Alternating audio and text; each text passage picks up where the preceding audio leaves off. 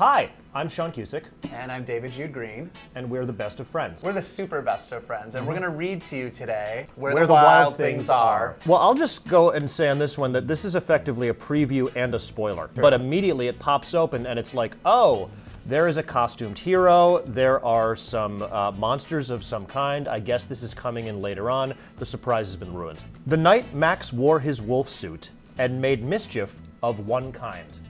Yeah, I really want to know, why the hammer is so big. If we want to talk about maladaptive or antisocial behavior, things like torturing or wounding animals and or setting up masochistic settings like this, Max is clearly going to become a psychopathic serial killer at some point in the future. And another. Max now switched out hammer for fork. His mother called him Wild Thing, and Max said, "I'll eat you up." So he was sent to bed without eating anything. There was not an Oedipus complex here, so we're okay. I'm always fascinated with children's books because they always do the miniature four-poster bed. No one's bed ever looked like this. No, I had neither of those. I had a mattress. That's what I had. Me too. Mine was a mattress on a floor. Oh wait, I'll read this one. Go ahead. That very night in Max's room, a forest grew.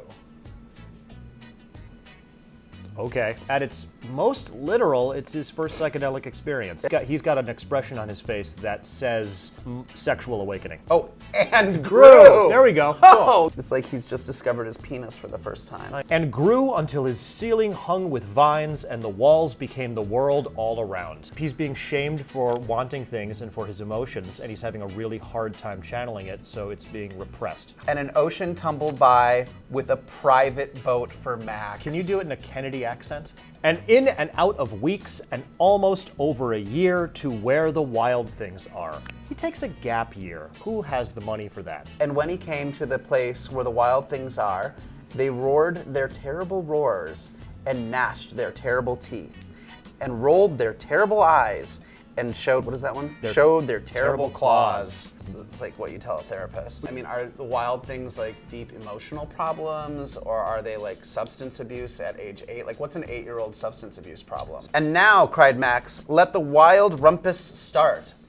What kid uses the word rumpus? If you're gonna party out in the moonlight and you're already in a wolf costume, these guys seem fun. Okay. And again, they're all doing this kind of cultish hand raise. Yeah, what does this tell little kids? Worship the moon. Oh, and more rumpusing. Okay, more rumpusing. Now it's daytime. These bitches partied all night. I'm assuming there's a drug problem here. How huge their eyes are. They're so yellow. I mean, the costuming right there. Every one of them is just Wait.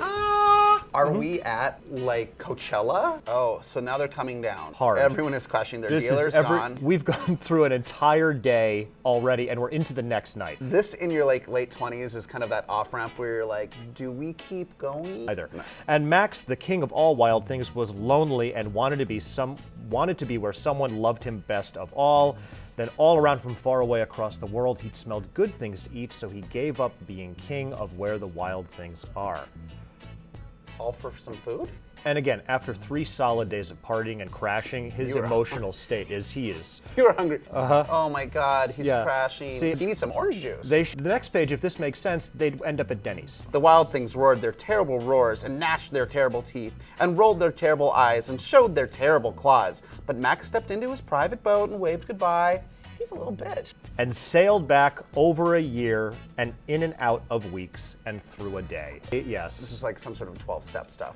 And into the night of his very own room where he found his supper waiting for him. Well, of course his mom brought him his supper. She's a little progressive though, because I feel like that might be soy. And it was still hot.